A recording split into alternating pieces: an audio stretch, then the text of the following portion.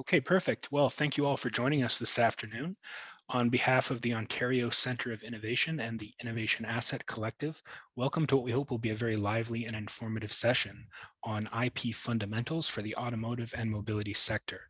Before we begin, I want to acknowledge the land on which we gather. OCI's work takes place on traditional Indigenous territories across the province. We acknowledge that there are 46 treaties and other agreements that cover the territory now called Ontario. We're thankful to be able to work and live in these territories. My name is Patrick Farrar, Business Development Manager for OCI, and I'll be moderating today's discussions. Our expert panel includes Jeff Van Humen, OCI's Director of Business Development, Aaron Pisco, IAC's Vice President of IP Strategy, and Laurie DeGraw, IAC's Vice President of Partnerships and Member Engagement. Following the presentations by Jeff, Aaron, and Laurie, we will have a question and answer period. So please use the Q&A feature in Zoom to ask questions about your company's IP strategy, as well as the programs offered by IAC and OCI. I'll now turn the session over to Jeff, who will provide an overview of the Ontario Vehicle Innovation Network. And Jeff, whenever you're ready.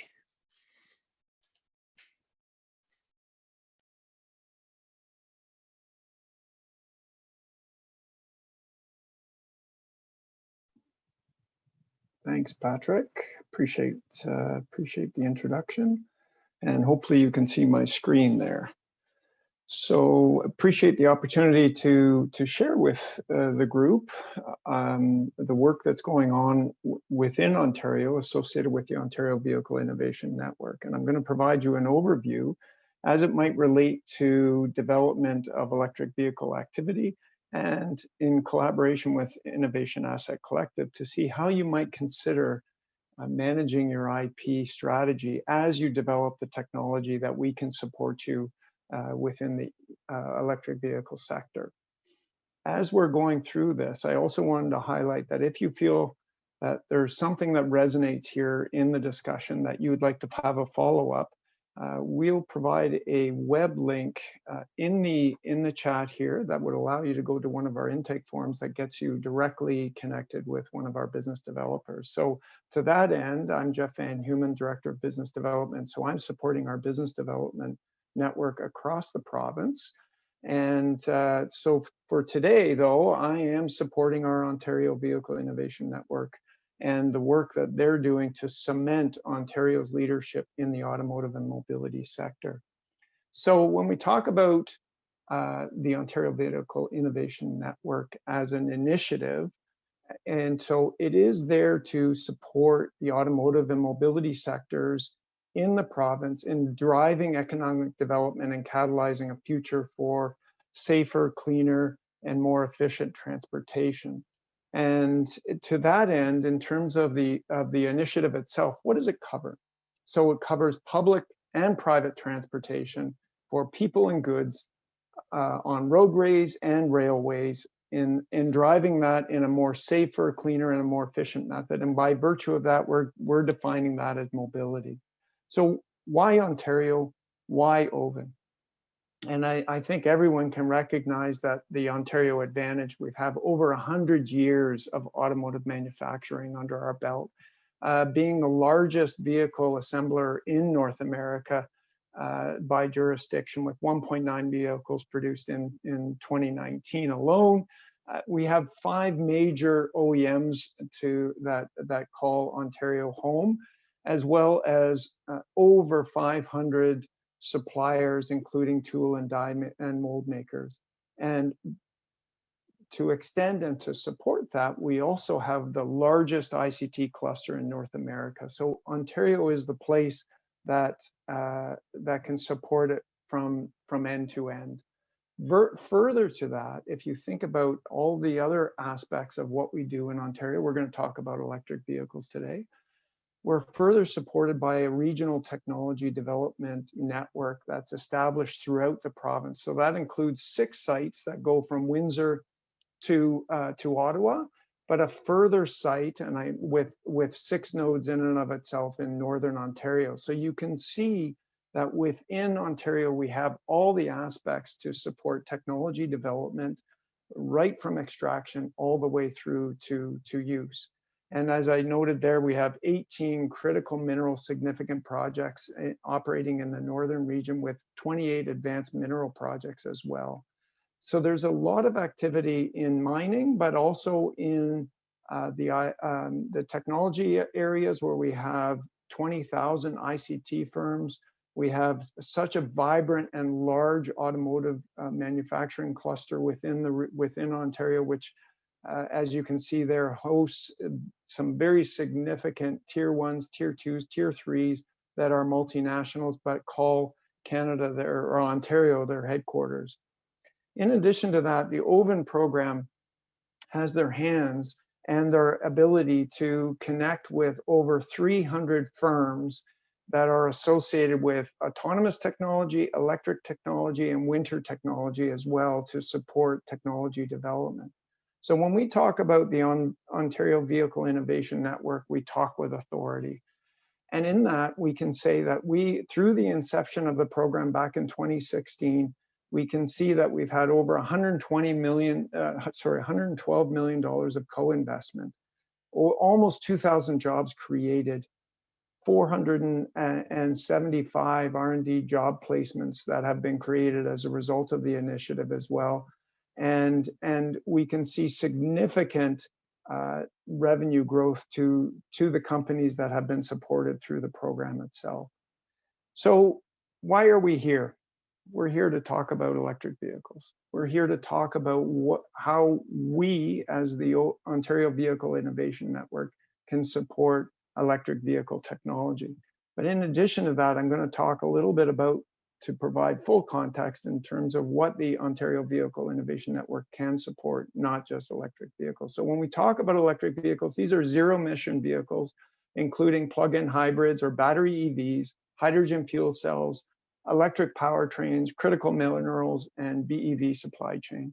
But what I want to more importantly recognize is that the support really goes right from extraction all the way through to related services. This includes components within the electric vehicle.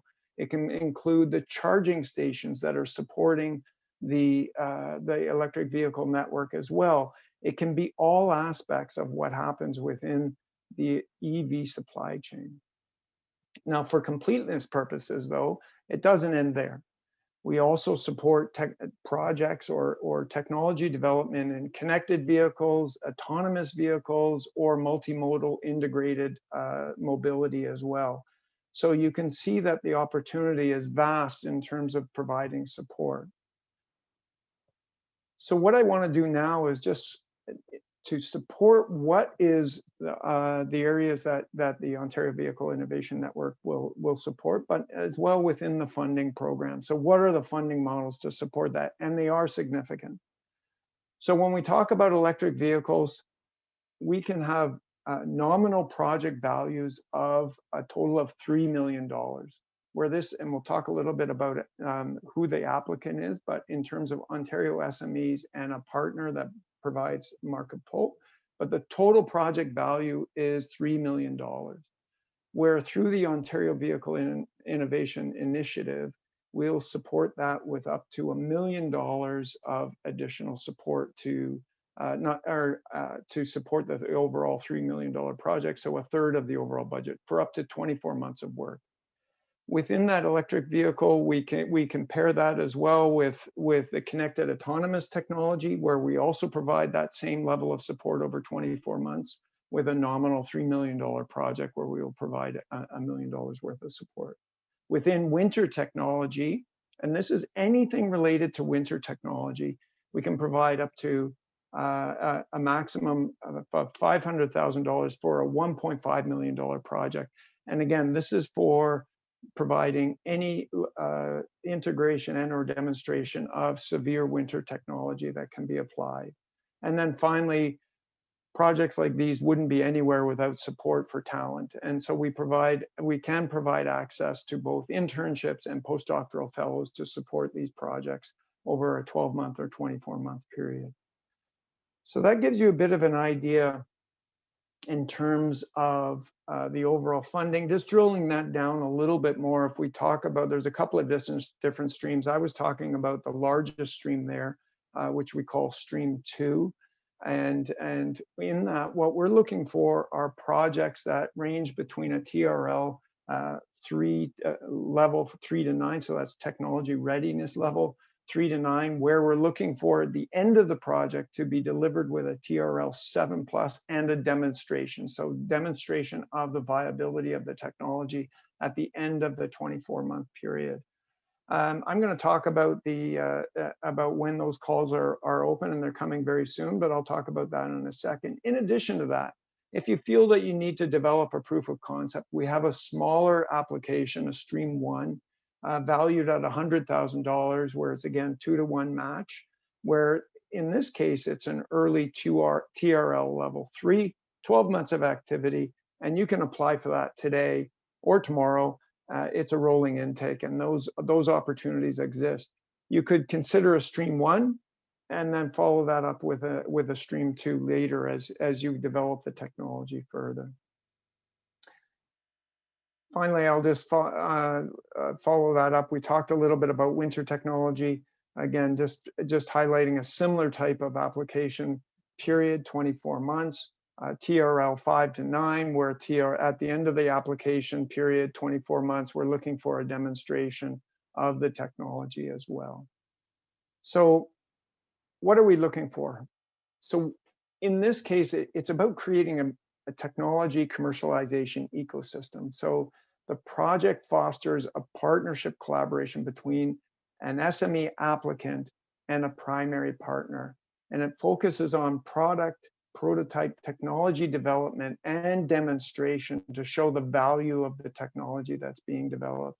And if you think about economic development and what we're trying to do around the Ontario Vehicle Innovation Network to cement the leadership of Ontario in this space of connected, autonomous, and electric vehicle technology, we need to show the demonstration, because that's going to be to support further follow-on investment. And we're specifically focused on projects that show strong commercial and market pull, and that they're measurable and show the value of what's being developed. I will talk a little bit now about eligibility and applicant eligibility. So we're looking for SMEs that reside in Ontario and have operations with less than 500 employees globally.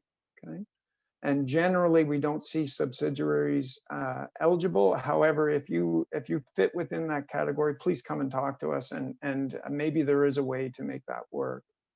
Further, in terms of eligible partners, so as we indicated, it's an R&D partnership. So the partnership could include partners such as other SMEs, multinationals, municipalities, Indigenous communities. There's several opportunities, but when we're looking at a primary partner, we're generally looking for a primary partner that is going to drive market pull for the demonstration or the outcome of the technology development. And they could have operations in Ontario, but is not required. So an entity that is outside the province of Ontario or outside Canada can also be a primary partner. So think broadly about who your partner could be. In addition, there's secondary partners, and oftentimes we hear about academic institutions that would wish to partner, and they provide a lot of value, and they can be as well. And however, in this case, a secondary partner is not the applicant, but they support the application by providing subcontract support. So as an academic institution, you can provide testing, other capabilities that would support an application as well. So then just to close out on that aspect, and coming near the end of the presentation, just want to highlight that this is a reimbursable program. So it's not that we're releasing the total amount of cash at the point of award, but we're reimbursing based on expenditures that are incurred. And so the partners, so the applicant, SME, and the primary partner are contributing $2 to the application, and OCI through the OVIN initiative are providing an additional $1. So we provide a third of the overall application. So now when we come to what are the key dates, because this is all happening very quickly, and part of the reason why we wanted to host this event here at this time is that we have a round opening on Monday. So you have the opportunity to connect with our business developers and talk about how your particular application might be eligible for an EV application come Monday. And we have an expression of interest at that time. That's open. We can provide that, and that closes on November 16th, when it goes then to internal adjudication and further consideration for a full application. And at that point, I think we want to hear from Aaron and Lori, and I'll pass it back to Patrick for next steps. Thank you. Yeah, thanks a lot, Jeff. That was excellent. So now we'll have Aaron Pisco and Lori DeGraw explain a few fundamentals of intellectual property from the Innovation Asset Collective team. Thanks, Patrick. Really excited to be here today. That was really interesting.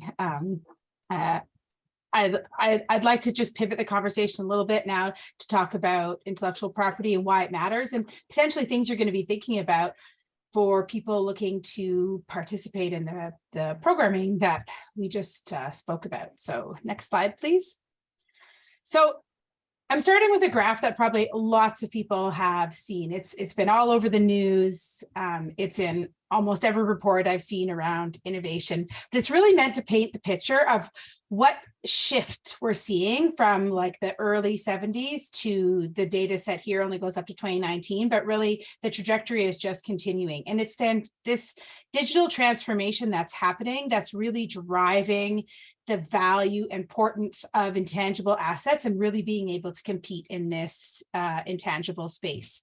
And the S&P index is a great place to look in that now we're at over 91% and still climbing of value is in this intangible asset class. So this is a huge trend and a huge shift. So what does this mean for companies working in this space? It's that it's not just enough anymore to have the bricks and mortar space, to have your processes, to understand how these pieces work together and be manufacturing. You've also got to be thinking about your technology. How is technology transforming? How are you contributing to that transformation? And have you developed an ownership position around your contributions to this transformation to create a competitive advantage for your business?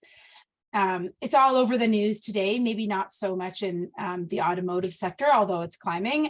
Of late, you can see lots of news around the great patent debate related to COVID vaccines. It's become a huge center point these days around the development and how quickly it happened in that space. So really intangible assets are becoming top of mind and really a regular feature in the news cycle today. Next slide. So how does Canada fit into this picture? I'd love to tell you we're on the leading edge. And in some ways we are really investing a lot into the R&D with organizations like OCI, with OVIN, I'm not sure how you say it, Jeff. But really, we have a lot of great inputs going into this innovation landscape, but we're very much lagging behind when it comes to translation of that sort of upfront investment into the creation of these outputs, creation of intangible assets. And there's tons of different ways you can look at these different data sets. What I've provided here is a sample from the Global Innovator ranking that sort of shows Canada on as a tiny dot. You can see it sort of in the bottom left-hand corner. But what that really is saying is that when we look on the world stage, Canadian innovation ownership is only about 1% of all the key players in the space. And no matter what statistics you look at, if you're looking at the World Intellectual Property Index, if you're looking at this innovator ranking, if you just look at straight filing numbers, Canada is lagging when it comes to outputs. And as a nation, we want to look at changing that. And, IAC has a role to play in this. And I think that one of the key steps that needs to happen is building a level of IP literacy within the business. It's not enough to just have an understanding of intellectual property held by this small community of experts, but it needs to be held in a greater level of understanding among the businesses, all the startups, all the innovators, the technology champions. We really want them to have an understanding of how intellectual property can further their business and allow them to compete on this global stage and drive that next big Canadian success story. Next slide. So how do we get there? I would suggest there's, of course, a lot of different pieces, but when it comes to IP, it's all about having a strategy. And at IAC, when we talk about strategy, we're talking about how a company is going to generate revenue and wrapping a degree of protection around those revenue generation avenues. And you can do this most frequently by creating an ownership position around these IP assets, whether you develop them yourselves, whether you acquire them, whether you get them through licensing. It's about having a strategy to understand how to own that revenue stream that's going to help your business scale and grow. It's really important within a business that we really look at how we build this understanding of what an IP strategy is and how to get started about thinking about those intangibles and where they come from in your business. There's a few key things I think to keep in mind here, in that you can't leverage a position around something that you don't control access or ownership of. And you can't develop an ownership position around assets unless you sit down and spend some time identifying what those real assets and revenue drivers are within your business.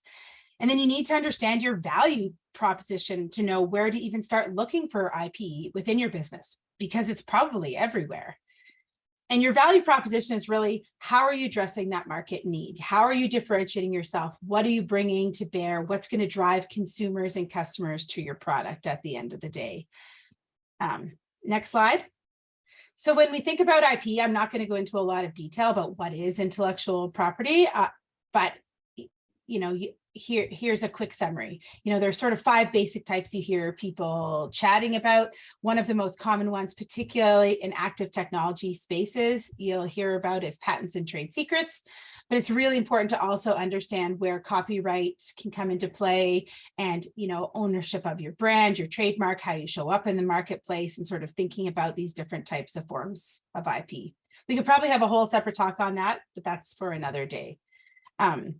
So when you're thinking about developing a strategy and thinking about IP in your business, next slide, please, you really want to understand that it can be everywhere. It's not just in your R&D team. It's not just in the technology itself. And it can really be a huge asset once you sort of wrap your head around this and can build a degree of understanding of intellectual property across your business as a whole, not as experts, but just as literate, understanding what it looks like. Because it's not just a legal deliverable at the end of the day, it's a leadership deliverable. You want everyone to buy into the importance and have an understanding of the value intellectual property can bring to your business. And so you want to develop a culture around that and talk about it and bring it to the forefront on a regular basis, because misconceptions in the IP space are super common in that, I have a non-disclosure agreement. I've completely protected myself. It's fine. I have an ownership position. I've filed a patent application. I'm protected. I can sell my product anywhere. You really want to sort of convey these and dissuade these misconceptions amongst your staff in general, so they'll continue to bring opportunity to you in places that you wouldn't necessarily keep looking for it. So there's one quick story I'll tell you within Calgary, because that's where I live today. There was a huge innovation that happened within the city of Calgary. They had a couple engineers. They actually worked in the traffic space, and they came up with a great idea for parking meters. You see them everywhere today. They're no longer the meters that you just plug with quarters. The meters all over Calgary are owned by a company or they're branded under Park Plus. And, it allows you to have this online tool. But those were developed by these 2 people working for the city. So you start thinking, great, that's great for the city of Calgary. This is fantastic. They have this great innovation. But did their employment agreements actually cover the ownership? Were they able to create a true ownership position for the city? Was it part of their job of these engineers to actually come up with these creations? the answer is no when you sort of read through the case, but it's really important as a business when you're thinking about it that you can address these things as you're growing and scaling and bringing on new staff. Have you thought about what someone's role is in the company? Could they contribute to your intellectual property? Do you have ownership clauses in your agreements? Do people understand what those clauses mean? And so there's a lot of different ways that intellectual property can contribute to your business. But let's take a look at IP strategy as a whole and what those different pieces look like. Next slide. So when you're setting up companies to succeed, I think, building this IP literacy, as I've said, is critical. And this is a fundamental tenet at IAC. We are looking to help businesses build a degree of IP literacy and an understanding of what IP strategy is so they can flourish and succeed and compete in the global markets. Lots of people are out talking about IP strategy, and there's lots of seminars out there. And as I said, you see it in the news. And intellectual property strategy is, of course, linked to your business strategy. And it's really important that one flows from the other. You want to understand what is your business set up to do? What are you looking to compete in? Are you going to produce a product? Are you going to sell the product? Are you going to manufacture it yourself? Are you going to outsource it? Is it a software code and algorithm that you want to be embedded in this next generation of electric vehicles? Is it a metering, a monitoring process? Really understanding what the business strategy is for your company is important, and then understanding that your IP strategy is going to flow from that.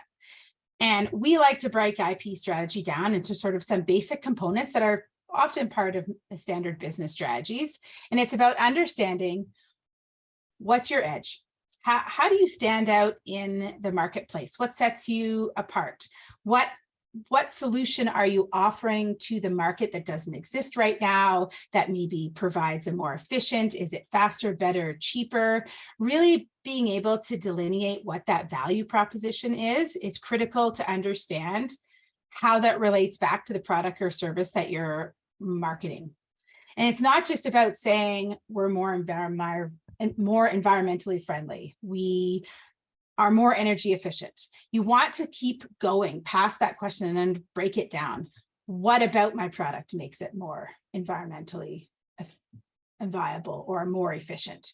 What are those key elements that contribute to that? And keep asking yourself those questions and break it down into the smaller pieces until you can get at that real nugget. That's that real differentiator. You want to think about how are you going to fill a gap within the market? What customer pain point are you solving? Who is your customer at the end of the day? Who are you looking to sell to? How are you going beyond the market need? How are people going to feel when you show up in the marketplace? Are you going to be greeted as a breath of fresh air? Is it going to be instantaneously competitive?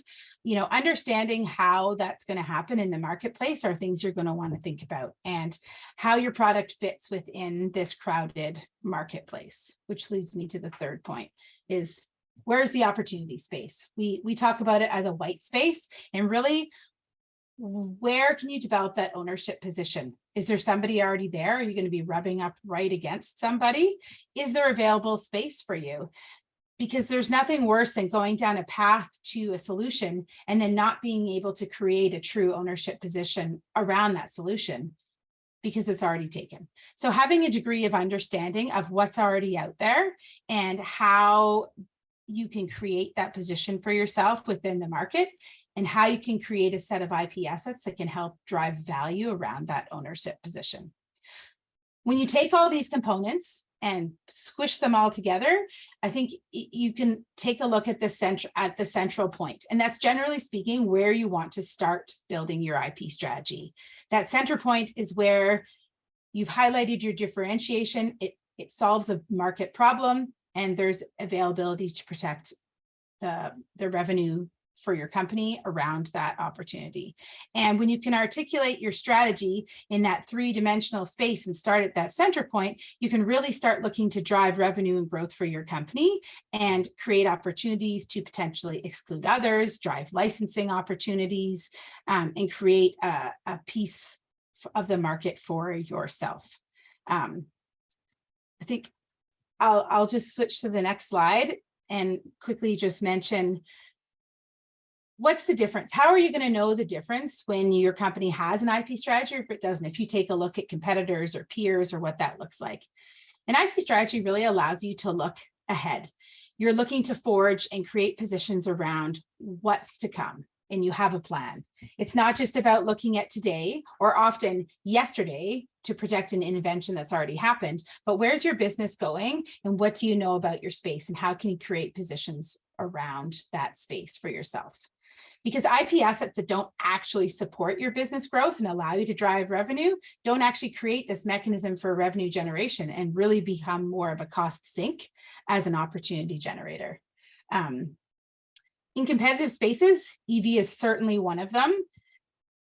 An inability to develop an ownership position around your products or service can really hinder your ability to grow and scale, and it doesn't allow the creation of these new market opportunities for yourself.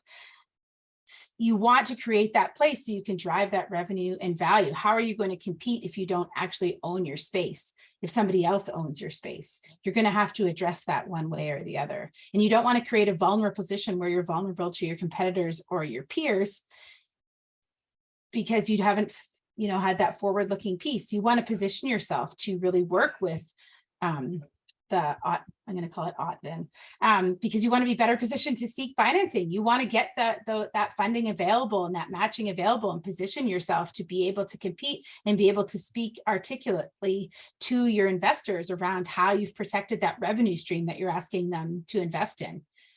And I think one of the most important parts of an IP strategy is it really enables effective decision-making, because you have forward-looking decision-making as opposed to reactive decision-making where you're just reacting to something that's already happened. Instead, you're trying to put in place that forward-looking path. Next slide. But the big question we always get is how much does it cost? And I would suggest at the start of the day, the most important thing you can do for your business, as opposed to taking an outsourcing position where you think IP is too complex, you can't understand it, you need to be an expert. I would challenge that and say that's not true. Everybody can become IP literate. IAC is here to help. There's lots of mechanisms out there, and you want to get up to speed of just understanding some of the basics so you can really start thinking about what's important to your business. So when you actually engage with an expert to develop assets, to start thinking about what your plan is, you can explain what's your company's plan, how you set yourself out in the marketplace, what are your most important value drivers for your business, and that's going to enable you to prioritize your spend around what supports your business's growth and scale and avoid those cost sinks in developing assets that don't actually support your business. They might protect a really cool technology, but if they don't protect your growth, they don't add that value that you're looking for, and you want to plan down the road. Intellectual property is an asset that can, it can last a lifetime depending on what you're talking about, or from a patent that can last out to 20 years. So it's not enough to just plan for 1 year down the road, but you have to plan sort of 2, 5, 10 years down the road, because costs can scale as your portfolio grows, as you build something to support your business. And with that, I think I'll turn it over to Lori to talk a little bit about IAC and who we are and how we're trying to help Canadian companies navigate IP. Thank you so much, Erin. And as I was listening to you, I was thinking how disappointing it must be for the city of Calgary to know that we use their missed opportunity around the parking platform as a cautionary tale about the potential pitfalls without protecting your good ideas, but I think it's a good one. Thank you so much to everyone for attending today. It's a pleasure to be here to speak with you, and especially to our partners at OCI. We really treasure the partnership and the opportunity to support Ontario's clean tech companies, and really excited about the OVIN program and the alignment that we have in that regard as well. So I'm happy to explain to you today how the IAC program has been developed to help resolve or support some of the areas that Erin just highlighted as a real need, as an opportunity, and as a potential risk if it hasn't been put in place. The IAC was developed as a way to support businesses that are really in that moment of scaling where they're potentially going to come at risk, but also really early stage companies that need to be thinking about IP as well. So I could say that the program, Innovation Asset Collective, was an output of the federal government's National Intellectual Property Strategy that was designed in 2018. The IAC was selected as the program that would be developed to look into the collective approach to how to support companies with IP, and that was through the Ministry of Innovation, Science and Economic Development. We have been operational for almost 2 years now, and we have been bringing on members into our program that supports data-driven clean tech companies across the country. Next slide, please. So the commitment that we make through this program is, as Aaron suggested, we want all technology leaders and businesses that are in a moment of growth to understand that the IP strategy is very closely aligned to their business strategy overall, that one without the other is not going to meet the goals that entrepreneurs and business leaders are looking for. We know that through the approach to IP strategy and the data positions, there's the opportunity to create that foundation and to look for opportunities within the global environment. Taking control of innovations is here as a reminder that it's not enough just to create the invention. Canadians, we know, are excellent inventors. It's about having that ownership and that control to be able to protect it in the longevity. We are very concerned about making sure that business leaders know what they need to know. It's not only about the IP literacy, but it's about the market intelligence around the space, being able to have a line of sight into some of the riskier areas that they might be thinking about, and also those opportunities in the white space that exists as well. And then we are very unique within Canada, not so much internationally, by coming at this from a collective solution. This is something that's a tried and true model elsewhere and has proven to have great success. And so we're very pleased to be able to roll this out in the Canadian context for the very first time through this program. Next slide, please. So the program that we developed has 4 pillars at its foundation. I'll go into each one of these in greater detail, but essentially we are looking at providing our member companies with the foundational IP and education and strategy. So again, that's about that literacy, but also about creating an IP culture within a business. We have funding mechanisms as well to help actually activate a lot of these ideas around IP. We are creating an IP portfolio to help protect member companies. It's a defensive shield we're putting in place while that company grows so that they do have other protections within the market space. And then that market intelligence to help them make good decisions. I'll go into the details around each of these areas now in the next slide. So the IP education and strategy is a robust asynchronous curriculum, and it's designed for busy business leaders who need to come at this content at their own pace, at their own level of maturity in terms of understanding IP, and also just as available. We understand and want to be able to meet business leaders where they're at. So that's the design behind the education program, and that it's actually in language that's accessible, that's practical. We have a fulsome team of IP experts internally who are really interested in helping business leaders succeed. So we'll take the time to make sure that this is very clear, very comprehensible, and that there is the proper support to understand all of the areas around literacy and the opportunity through the strategic thinking. Next slide, please. So the funding supports that IAC has developed in the program are one is through a fairly traditional grant program. We've designed it as a competitive process though. So we're really challenging our member companies to come up with the very best ideas that they can around IP evolution and making a real impact on their business through creating new IP opportunities. We are very proud to be able to also offer IP funds to female entrepreneurs as well. We run a program on that front, And we also run a program for early stage entrepreneurs, which I'll get into more detail in a moment. But really, this is about making sure that the best ideas from the knowledge that the member companies are gaining is being put into real action. The IP credit here references the membership fee to join IAC. It's really not structured as a fee so much as an incentive. So we do have a fee for members to come on board, but then instead of using that as a revenue source or some other type of approach, we hold that revenue fee as a credit for the member company, so that as they spend money on their normal IP expenses over the course of their membership at IAC, they're able to apply for reimbursement up until the maximum that they paid for the membership fee. So again, it's a bit of a novel approach, but we want to ensure that our member companies are using the information they're gaining, putting it into practice, and also even things like creating a budget line item for IP in their annual planning. Next slide, please.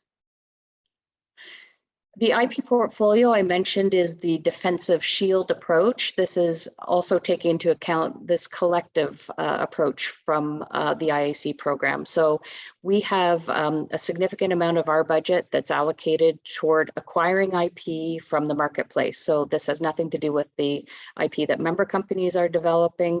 We have a team that's dedicated to researching, sourcing, and looking for really great IP that we can acquire, and we hold it on behalf of all of the membership. The intention here is that it's a defensive shield, so that companies know that if they are ever in a situation where what we're hoping is it will actually mitigate any potential assertion that anyone globally that might see them as a competition will know that this company has access to a deep IP portfolio.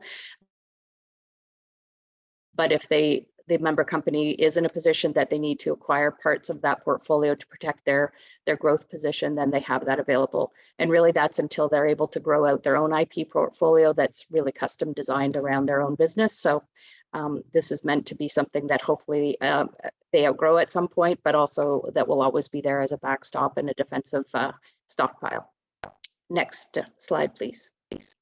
Finally, the market intelligence reports are released on a quarterly basis. This again focuses on the data-driven clean tech sector, which is the area that IAC is focused on.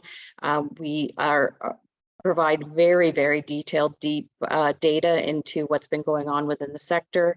We also help member companies walk through those reports to understand how to really maximize the opportunity from that information and how to implement it into their business and IP strategy.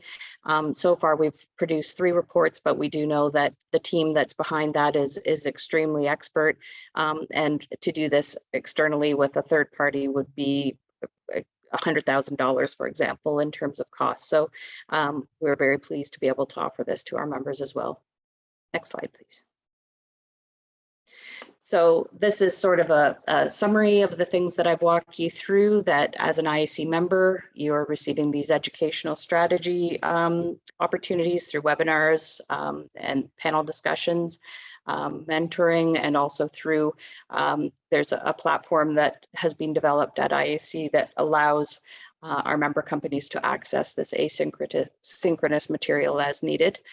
We have member-only events. We have the grant program, which can be up to $20,000 per grant. Again, this is a competitive process, so it's not a guarantee, but at the same time, we are hoping that through some of the coaching and the opportunities that we provide for feedback, that our member companies continue to improve in terms of applications, and we've seen that that is actually the case.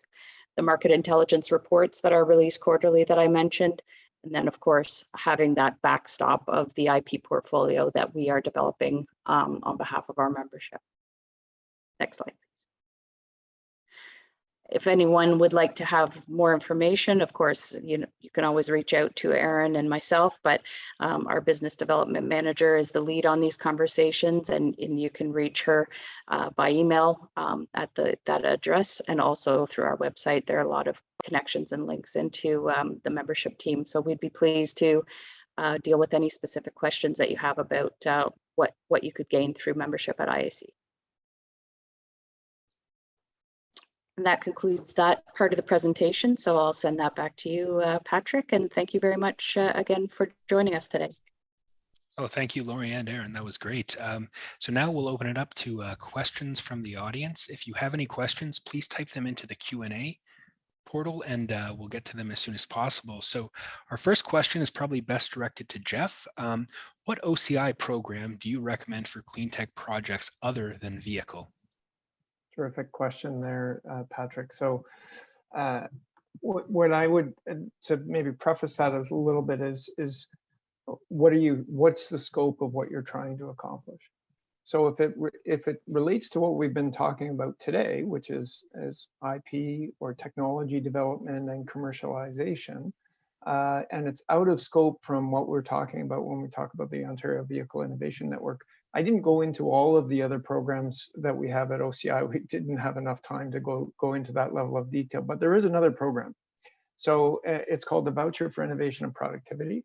And this is a technology agnostic program that supports industry academic collaboration. So should you not have the resources in-house to support technology development, this is a way to provide grant funding to support a collaboration with any academic institution in Ontario, so college, university, or research hospital.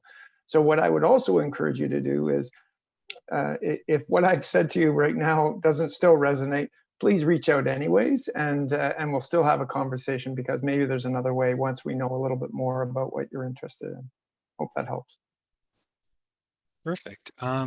Quick question maybe for Lori. How much is membership in IAC?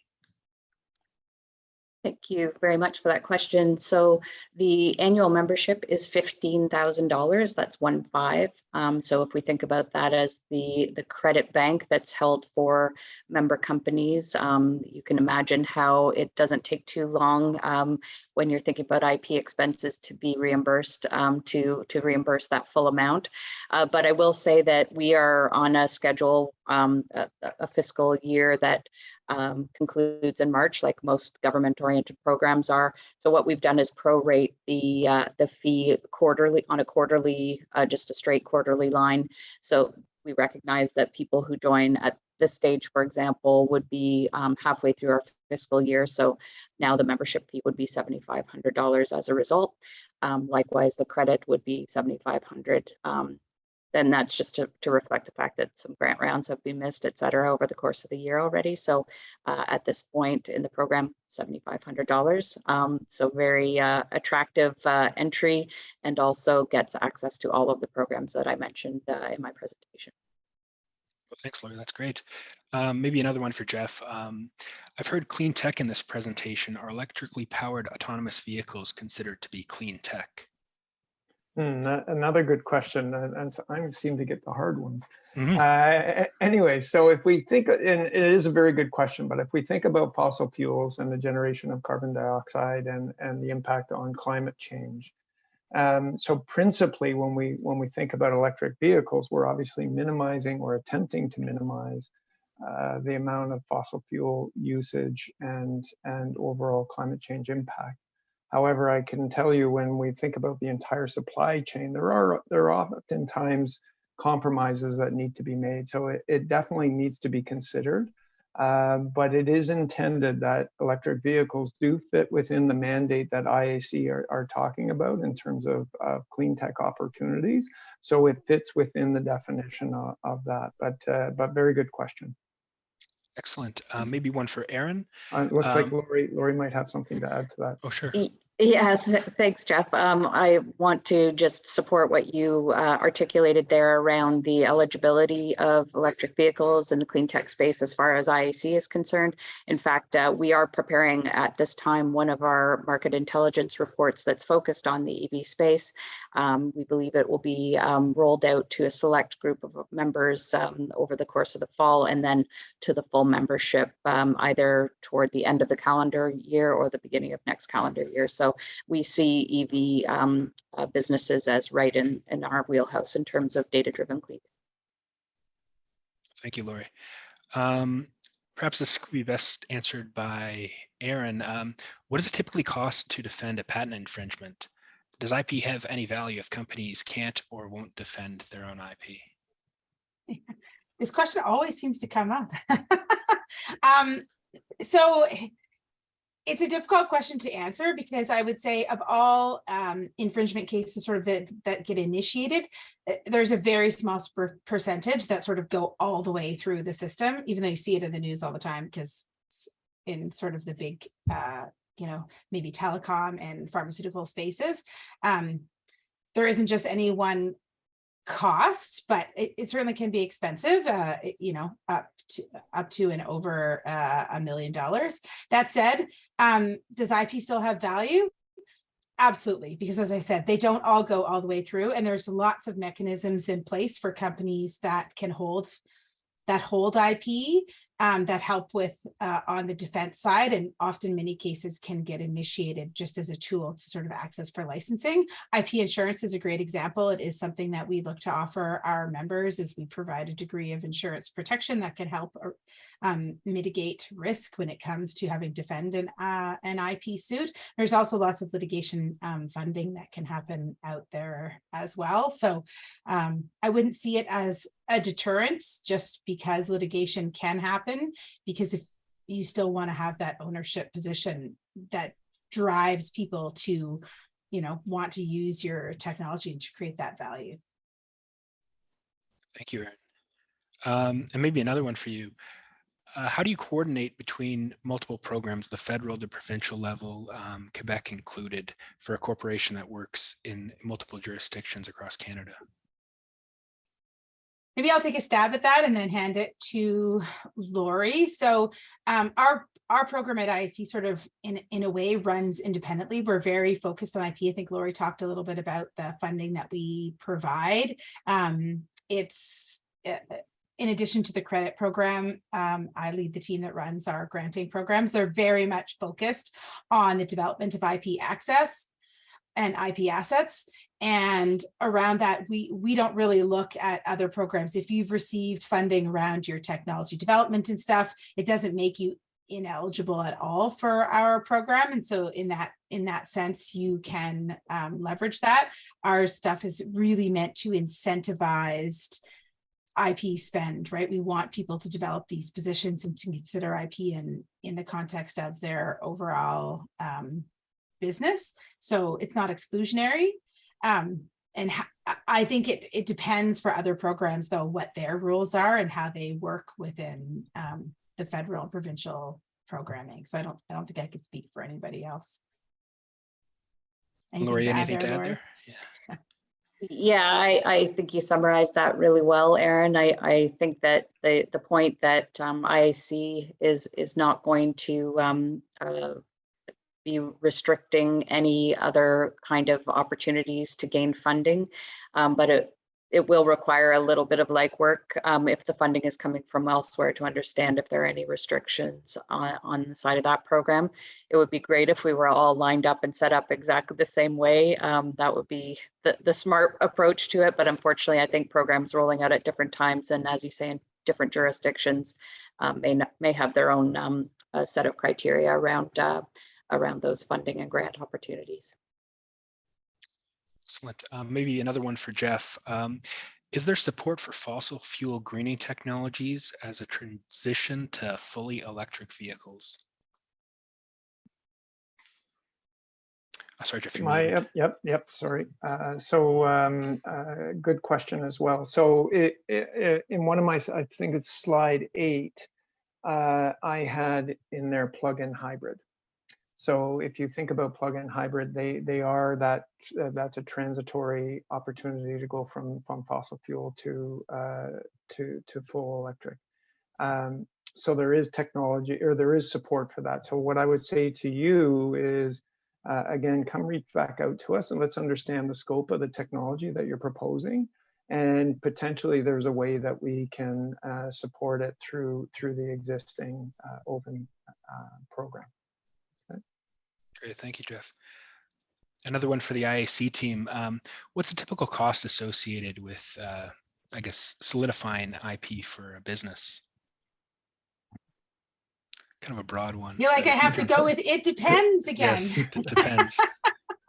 I mean, it really is highly dependent on the assets you're looking to build to support your business. I would say, it's not an all or nothing approach. You don't have to commit to building everything off the bat. Typically speaking, in the realm of different types of IP assets, patents are more expensive than, say, trademarks, copyright, industrial design pieces. Trade secrets, in a way, have no cost because they're not a formal statutory right that you file for protection on, but there is a degree of internal support required to put in place processes and protocols around how you're going to go about protecting those assets. So it really does depend, and that's why we run our grant program for our members, just to incentivize that IP spend, recognizing that it is expensive and it is an investment and startup companies are getting going, and you have so many different expenses around procuring, employees and staffing and developing agreements and developing your technology. We're really trying to sort of lift some of the burden around the IP and allow you to develop these assets around your business without having to dig into that your own coffers. Would you have it fully? Yeah, and I'll just jump in there as well to say that question really highlights how important it is to have a very well developed IP strategy. Because for some people, the thinking is, oh, if I can just sort of protect every single great idea I have, and I'm going to try and aim for hundreds of patents or whatever it may be, and that's my goal. It may be that there's only one or two or a handful of patents that really make a difference in the business, that really add value, that maybe even create revenue streams. Like, there's all kinds of outcomes that could be possible with less investment, but you really need to understand what those opportunities are, and the strategy is key to that. So it's a focus of the program to help maximize the thinking around your business and IP strategy, so that you're getting the most out of the investments that you do make. Yeah, Excellent. thanks for that, Lori. That's so true. That upfront thinking, you just can't value it enough, and it's not something that you can really effectively throw over the fence to an expert. They can absolutely help you execute and develop those assets, but when it comes to thinking about what is most important for your business and understanding those things, that's an investment of time that's often spent internally, and that upfront time can really, as Lori said, end up costing you less because you need a strategy that your business can afford. Excellent. I see we've got a few additional questions, maybe time for just one more. So I'll put this one out to the team, and then the remainder we'll get back to the question askers following the presentation. So here's one for IAC. Does IAC value how clean a technology is, that is, more carbon reduction impact or being carbon negative, when judging grants? Oh, that's a great question. Because clean tech and the way we define it at IAC is very, very broad. It's difficult to say how that would factor in. The way our grants are structured, it's really centered around IP strategy and an ability to articulate the value of the thing that you're looking for funding for and how that relates back to your strategy. And so understanding, if you're looking for support developing a policy, how is having a policy around your intellectual property going to support your IP strategy and help your business sort of drive around scaling and stuff. So that's around where a lot of ours is centered. So it would depend, if is your business around, the measurement of carbon reduction and being carbon negative, is your business centered around those pieces, then it would be your strategy that it gets judged on, as opposed to what the carbon reduction aspect is, because there's a lot of different clean technologies that we look in, and we take a fairly broad approach. I think Jeff said it before, it can depend on your shade of green that goes along with your clean, how to answer that question. Anything to add there, Lori? No, I completely agree. And Erin's the final word on this. As she said, her team runs the grant program. So I think it really is about how the strategy moves your business more so than what the external outputs are. So we really are focused on helping support business leaders and businesses be successful. And so that's our primary objective in terms of the way that the funding programs work. Okay, well, this has been excellent. Excellent questions from the audience, really impressed. So IAC and OCI will be in contact with everyone who attended with some follow-up materials and contact information if you'd like to carry on the conversation in the coming weeks. Again, I'd like to thank everyone for their participation and hope everyone has a great evening. Thank you all. Thank you so much. All the best.